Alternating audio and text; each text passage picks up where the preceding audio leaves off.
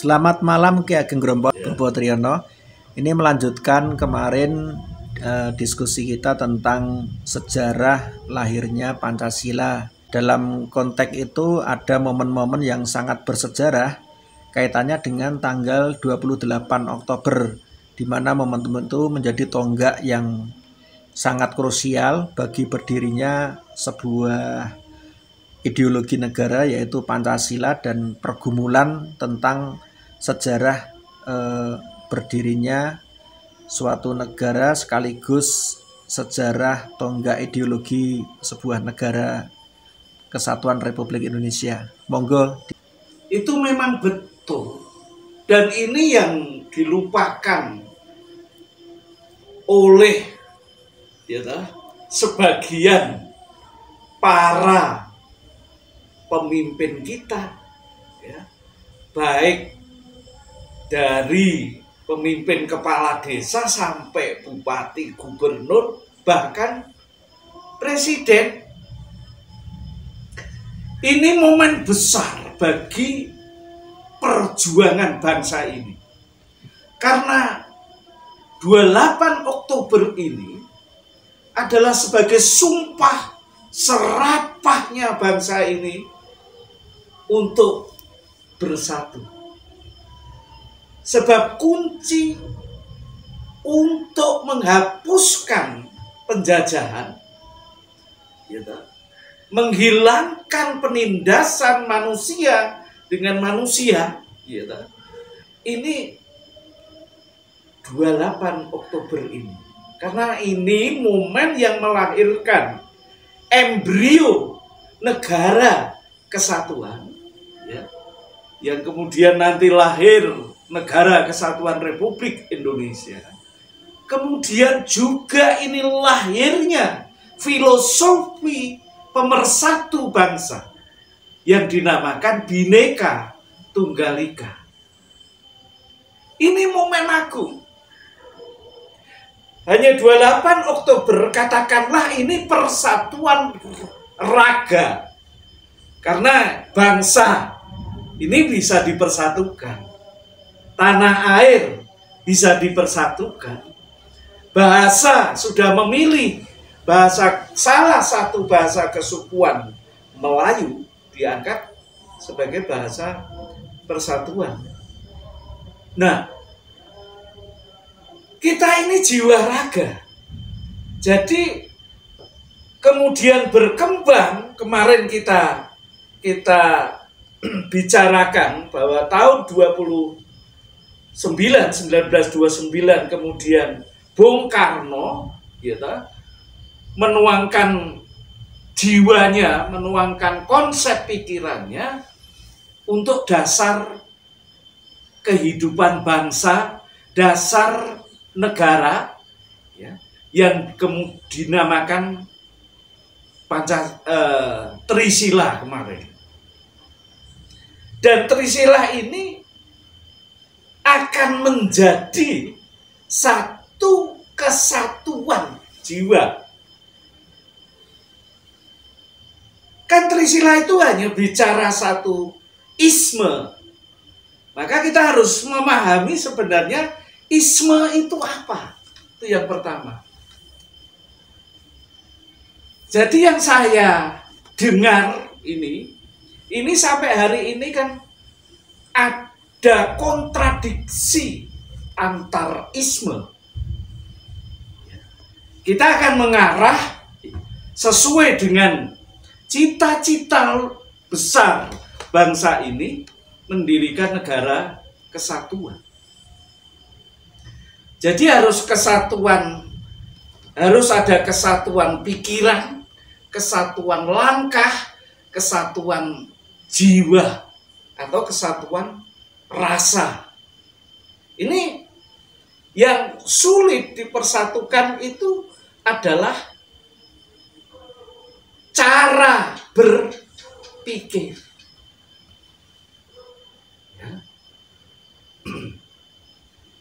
Sekarang simpel saja, ini adalah satu pengertian dari kami itu kan bukan orang akademisi, bukan orang pinter, ya bukan orang politik. Tapi kami menyadari bahwa kerinduan akan kesatuan ini sebagai pusaka yang ampuh, ya, pusaka yang ampuh bagi bangsa ini, yang sudah dimiliki sejak zaman Wangsa Sailendra, kemudian Majapahit, kemudian juga Sriwijaya. Kalau bahasanya nenek moyang ini sebagai satu pusaka sakti, pusaka sakti untuk membebaskan bangsa ini dari cengkeraman angkara murka, cengkeraman penjajahan dunia. Isme, sekali lagi kami bukan orang akademisi, isme itu kan satu kehendak, satu cita-cita yang sudah diyakini benar dan selama hayat masih dikandung badan akan diperjuangkan keterwujudannya. Itu isme. Jadi isme itu satu idealisme yang diyakini benar selama hayat masih dikandung badan akan terus diperjuangkan keterwujudannya. Itu isme. Apa toh itu? Ya, hidup tentram misalnya, hidup aman, hidup sejahtera, ya, ingin memiliki negeri sendiri, ya, yang adil, makmur, sejahtera. Ini isme. Jadi ini adalah satu kehendak jiwa, kemudian kita gantungkan setinggi langit sebagai petunjuk arah bahwa perjalanan bangsa ini harus mengarah terwujudnya cita-cita tersebut. Yang sekarang ini sudah dituangkan dalam pembukaan Undang-Undang Dasar 45. Jadi dari kehendak menuju terwujudnya cita-cita itu kan asas. Asas yang dituju, asas yang mau dicapai oleh bangsa ini. Itu isme. Ya, jadi bukankah ini bukan hanya ismenya bangsa Indonesia saja, tapi ismenya bangsa-bangsa di seluruh dunia ini juga menginginkan memiliki negara sendiri yang merdeka, yang bersatu, yang berdaulat, adil dan makmur. Itu isme kita, bukan hanya ismenya bangsa Indonesia, tapi juga ismenya bangsa-bangsa di seluruh muka bumi. Oleh sebab itu, ya, nasionalisme itu juga internasionalisme. Jadi itu sila yang pertama dari Trisila. Ini isme yang harus diwujudkan. Jadi nasionalisme, internasionalisme atau bangsa-bangsa, kemudian humanisme, kemudian ada sosialisme. Ini kan sama ismenya sebenarnya, ingin mewujudkan cita-cita hidup di dalam satu negara, ya, kita memiliki negeri sendiri yang bebas dari segala bentuk penjajahan, yang mempunyai satu sistem, ya, perwujudan yang bisa menjamin kehidupan bangsa itu sejahtera, ya, aman, adil, makmur, ya. Bukankah ini ismenya seluruh manusia? Ya. Itu humanisme. Juga ismenya setiap masyarakat di muka bumi. Ismenya sosius, itu ismenya masyarakat di seluruh bahkan yang belum bernegara pun, masih di hutan-hutan, ini juga punya cita-cita, punya kehendak yang sama untuk mewujudkan sejahtera hidupnya, untuk mewujudkan aman hidupnya, untuk mewujudkan lepas dari rasa takut, ancaman, ya. Ini bukankah ismenya Indonesia, tapi juga ismenya bangsa-bangsa, ismenya umat manusia, ismenya masyarakat di seluruh muka bumi ini. Ini yang harus dipahami. Itu baru kesatuan isme atau paham. Itu kan hanya cita-cita yang harus kita wujudkan. Jadi pemimpin ke depan ini tahun politik, seluruh rakyat bangsa ini baru mencari sosok pemimpin yang bisa mempersatukan isme dan bukan mengadu domba antar isme. Jadi ismenya semua orang itu sudah sama kok. Jadi perang paham ini harus dipahami, gitu. Tapi juga ini isme untuk hidup sejahtera, untuk hidup aman, untuk hidup yang adil, selamat, makmur. Ini kan dimiliki oleh seluruh umat manusia di muka bumi ini. Yang berbeda itu sistem perwujudan daripada isme itu. Untuk mewujudkan ini sosiodemokrasi, ini adalah satu sistem untuk mewujudkan isme tadi. Jadi kalau isme di seluruh dunia ini sudah satu, ya, sistem perwujudannya ini, karena sekarang ini kan sudah demokrasi ini kan demokrasi yang global. Jadi walaupun ada negara kerajaan, tapi negara kerajaan ini kan juga sudah berkonstitusi, ya. Jadi sudah tidak ada satu negara monarki absolut. Itu kan sudah tidak ada, semua sudah ada konstitusi sebagai pijakan penataan dan penyelenggaraan negara ini.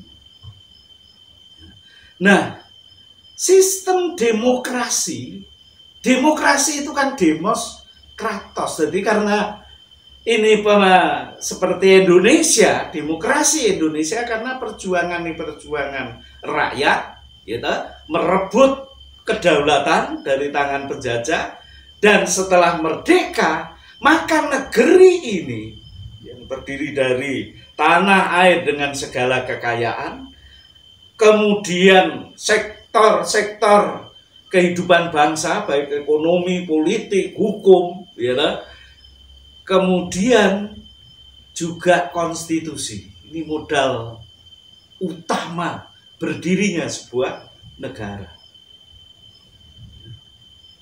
Ini semua harus didaulat oleh rakyat toh. Ya, jadi demos kratos pemerintahan rakyat mendaulat atas negara, tapi karena rakyatnya ini kan banyak, harus memilih, ya, orang yang terbaik, orang yang dipercaya oleh seluruh rakyat ini untuk mewujudkan cita-cita tadi. Kalau bahasanya Bung Karno, mewujudkan amanat penderitaan rakyat. Itu sebagai satu visi, ya, misi, ya. Jadi harus ada semacam kesatuan misi dan kesatuan visi, ya. Jadi di sini visi adalah visi bangsa, misi bangsa. Jadi pemimpin itu kan hanya sebagai misionaris rakyat, membawa misi rakyat untuk diwujudkan. Ini semua sudah dituangkan di dalam konstitusi kita, di dalam pembukaan Undang-Undang Dasar 45. Jadi kalau pemimpin tidak menghargai jasa para pahlawan kita, pahlawan perjuangan bangsa sendiri, ya akhirnya menjadi pemimpin bukan mengarahkan terwujudnya kehendak rakyat, terwujudnya amanat penderitaan rakyat, tetapi justru akan menghancurkan negerinya sendiri. Maka ini juga salah satu pemimpin yang harus mengerti sejarah perjuangan bangsanya sendiri. Jadi setiap momen ini kan melahirkan produk-produk perjuangan yang harus kita hormati, yang harus kita hargai, dan harus kita peluk sebagai kepribadian nasional. Sebab hanya dengan kepribadian nasional itulah bangsa Indonesia akan menjadi bangsa besar dan berjiwa besar. Jadi cita-cita bangsa ini bukan hanya untuk nasionalisme Indonesia, tapi juga internasionalisme bangsa-bangsa. Ini kemudian yang dituangkan dalam pembukaan Undang-Undang Dasar 45, alinea pertama bahwa sesungguhnya kemerdekaan itu ialah hak segala bangsa. Dan oleh sebab itu maka penjajahan harus dihapuskan dari muka bumi. Bukankah ini sebagai jiwa besar, sumpahnya bangsa ini untuk menghapuskan penjajahan bangsa-bangsa yang sampai saat ini juga ada bangsa yang belum merdeka. Itu juga menjadi satu perhatian bagi kita. Jadi pemimpin yang akan datang bukan hanya ditantang untuk bisa mengembalikan persatuan lahir batin bangsanya sendiri, tetapi juga harus memerdekakan bangsa-bangsa yang sekarang masih dalam penindasan dan penjajahan oleh bangsa lain. Ini apalagi sekarang kita menghadapi krisis global. Krisis global ini adalah krisis kebangsaan. Ya. Krisis di semua sektor. Ya. Kalau sekarang ini ketergantungan dengan krisis energi, padahal energi ini yang menggerakkan roda ekonomi. Kalau pemimpin ini tidak memahami ini akan menghancurkan negerinya sendiri.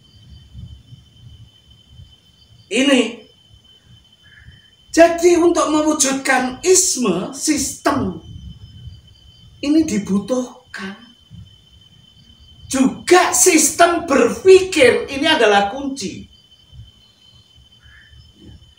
Jadi pikiran untuk memecahkan permasalahan bangsa ini harusnya berpijak pada dasar kehidupan bangsa ini. Jadi kecerdasan bangsalah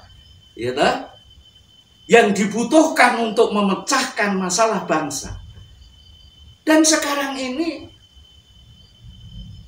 untuk memecahkan permasalahan bangsa itu turutannya bukan berpijak pada dasar negaranya, tapi berpijak pada subjektif kecerdasan individualnya.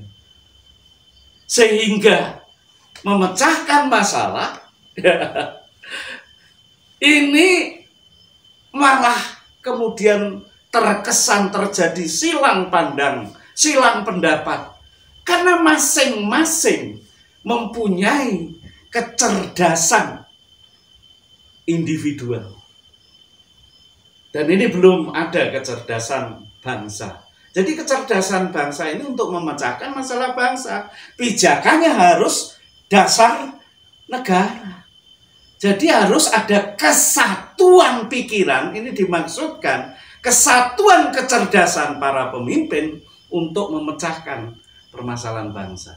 Jadi pikiran itu adalah sebagai pisau bedah untuk membedah semua persoalan bangsa ini. Ya. Jadi karena persoalan bangsa, pikiran harus pikiran bangsa, bukan pikiran individu. Jadi pikiran itu ada ilmu yang disebut ilmu berpikir. Itu bagi kami adalah ideologi itu. Ide itu gagasan pikiran, logi ilmu. Jadi pikiran ini punya landasan berpikir. Landasannya karena ini negara kebangsaan, punya konstitusi, mestinya semua menurut konstitusi, bukan menurut saya, bukan menurut aku, gitu, tapi menurut konstitusi bagaimana. Itulah namanya ideologi nasional, ideologi bangsa. Ini sudah ada lembaga penguat ideologi yang harus merombak, merubah, harus mengkader calon-calon pemimpin Indonesia.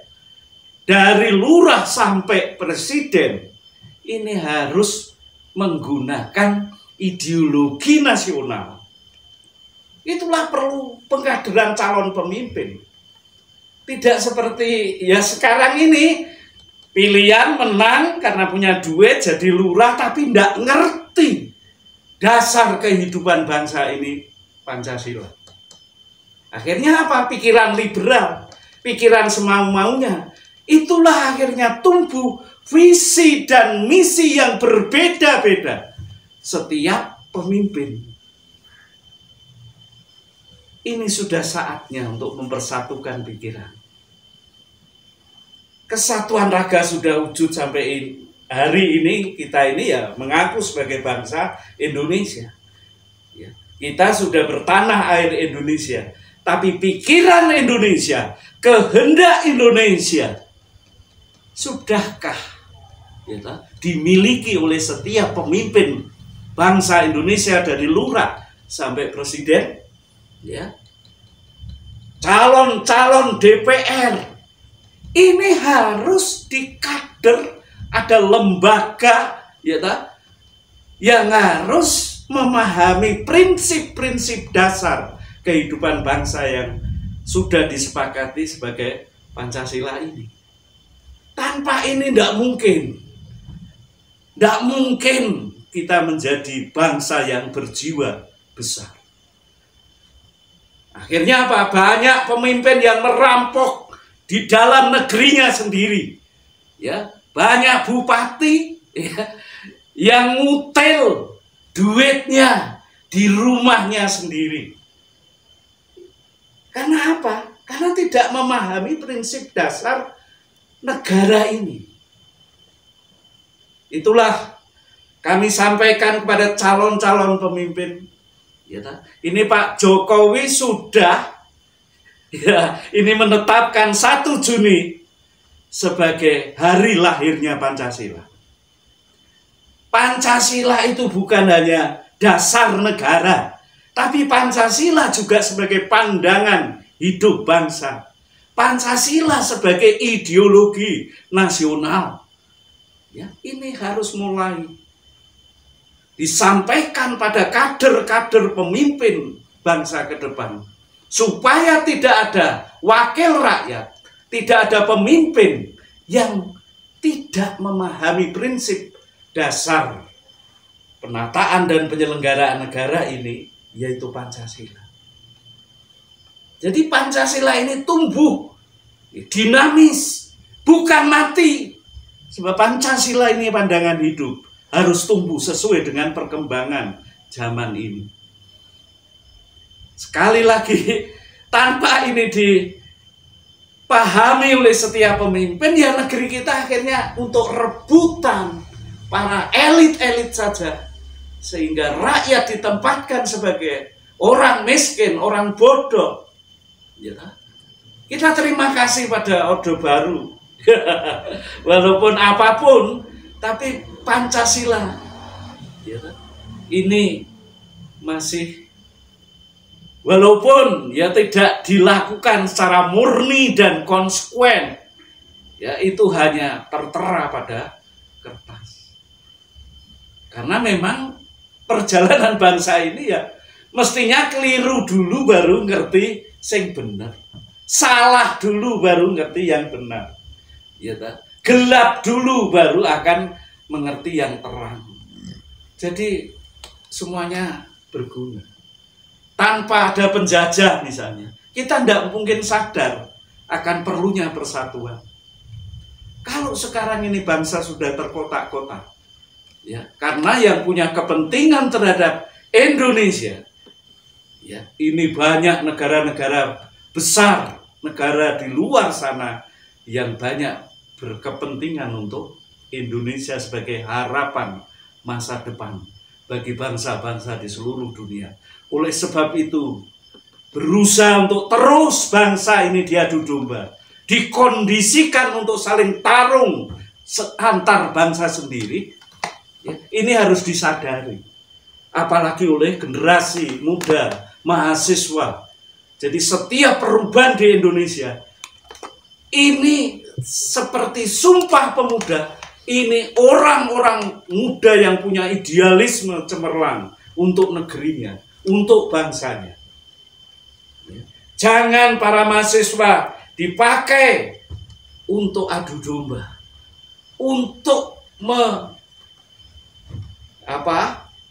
mengadu antara rakyat dengan tentara, antara rakyat dengan kekuasaannya sendiri. Rakyat sekarang ini sudah bangkit untuk menjadi pengawas di negerinya sendiri. Banyak hal-hal yang tidak sekarang ini bukan lembaga pengawasan, tapi netizen. Ini zaman teknologi, rakyat sudah mulai mengawasi apa yang dilakukan oleh para pemimpin. Oleh sebab itu pemimpin yang akan datang